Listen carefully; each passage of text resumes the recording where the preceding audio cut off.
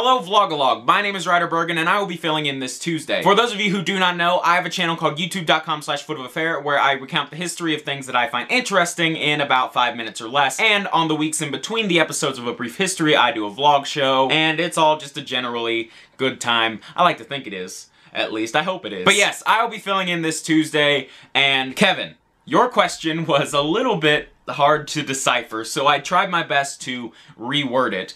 And this was what I got. Are online content creators truly trying to maintain ownership of their content in order to create a career or livelihood, or are they simply overvaluing what they make? Now, what I mean by that is essentially what you were saying in your video. Are people who make things online trying to maintain control over the rights to what they make, or at least trying to make sure no one steals from them? Are they doing that because they want to turn what they're doing into a career or a way of supporting themselves and sustaining themselves, or are they just simply putting a bit too much value over the things that they make? Take it like me. I make videos semi-professionally. I don't make a whole lot of money, but I make some money. But I don't want people to take my videos and put them on their channel and make money just off of re-uploading my video. But my show, A Brief History, is made up of taking other people's intellectual property, or in some cases copyrighted material, and splicing it all together into what makes my video. And I put my own commentary over it and I recount their history, but the thing about that is I know that's not my material.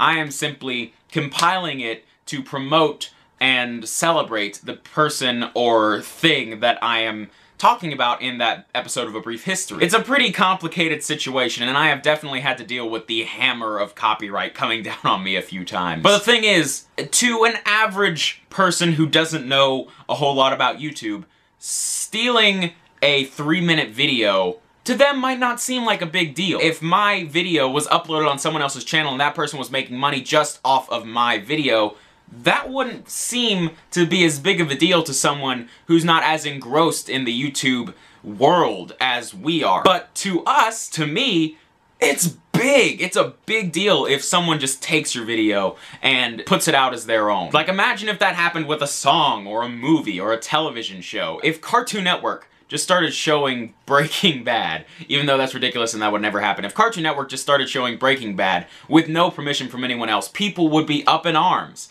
If Justin Bieber put a Paramore song onto his SoundCloud, people would be up in arms. But if GamerGod88 takes my brief history of Jack's films and uploads it to his channel, people aren't gonna care just because it's not as big of a deal. In actuality, it's not as big of a deal. I might get upset about it, but in the grand scheme of things, not as many people are going to care about my Jack's Films video as they are Breaking Bad or The Walking Dead or anything by Michael Jackson or the new Godzilla movie. Stuff like that, that matters to people. And yes, I understand that the videos that we make matter to people, but at the same time, in the grand scheme of things, we're still small. We're, like, even the Vlogbrothers, in the grand scheme of things, they're still small. But at the same time, one could say, oh, you put this picture on Tumblr, and then someone screen capped it, and then they're trying to push it off as their own.